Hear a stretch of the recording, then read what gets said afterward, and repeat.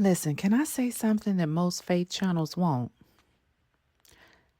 Sometimes you are angry at God, like genuinely, deeply, like for real angry, because you already prayed and you believed and you did everything you were supposed to do, and it still fell apart.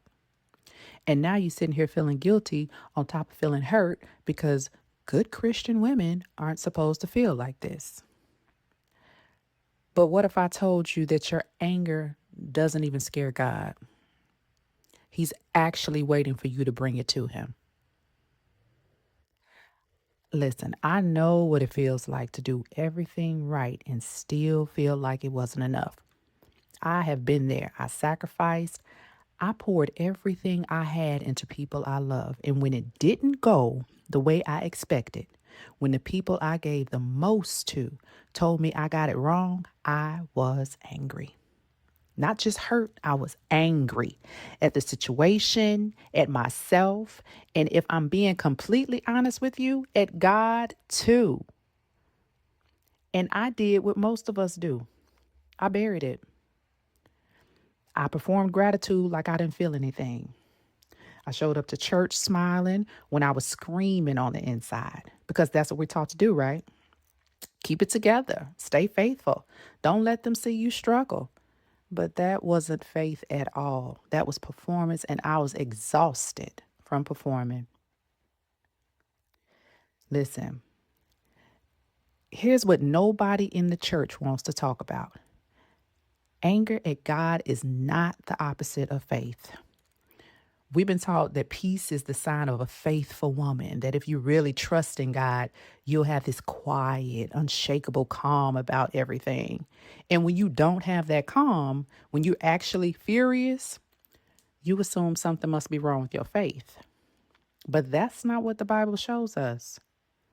Listen, David, the man God called a man after his own heart, was angry, like constantly. Read the Psalms.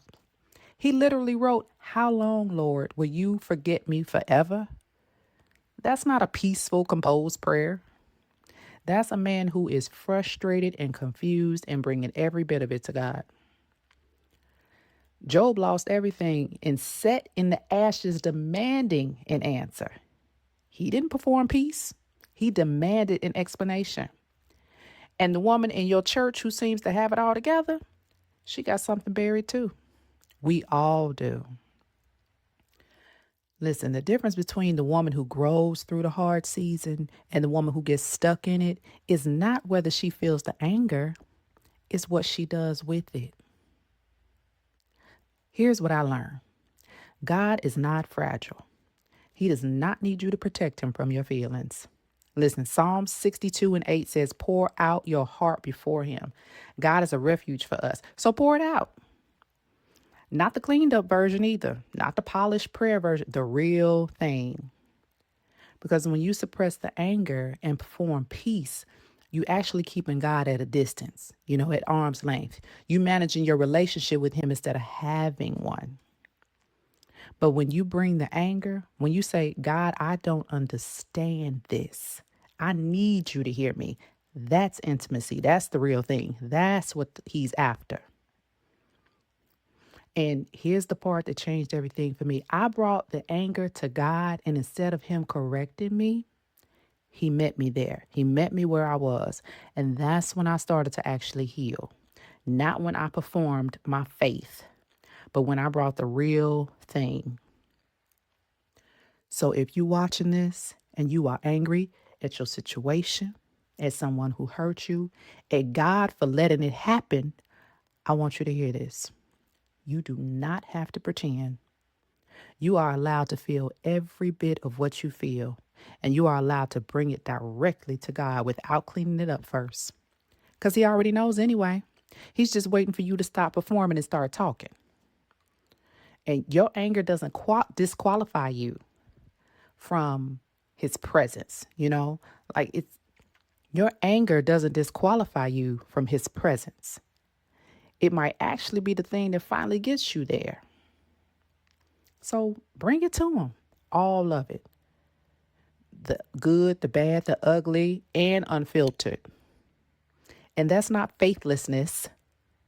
That's the bravest kind of faith there is. So if you still here, you still watching, that tells me something about you. Get up, get cute, go anyway, even if you angry, even if you confused. So if you're still here, you still watching, that tells me something about you. So get up, get cute, go anyway, even angry, even if you confused, even not knowing how this ends. Get up, get cute, and go anyway. Because God's not done with your story, and neither are you.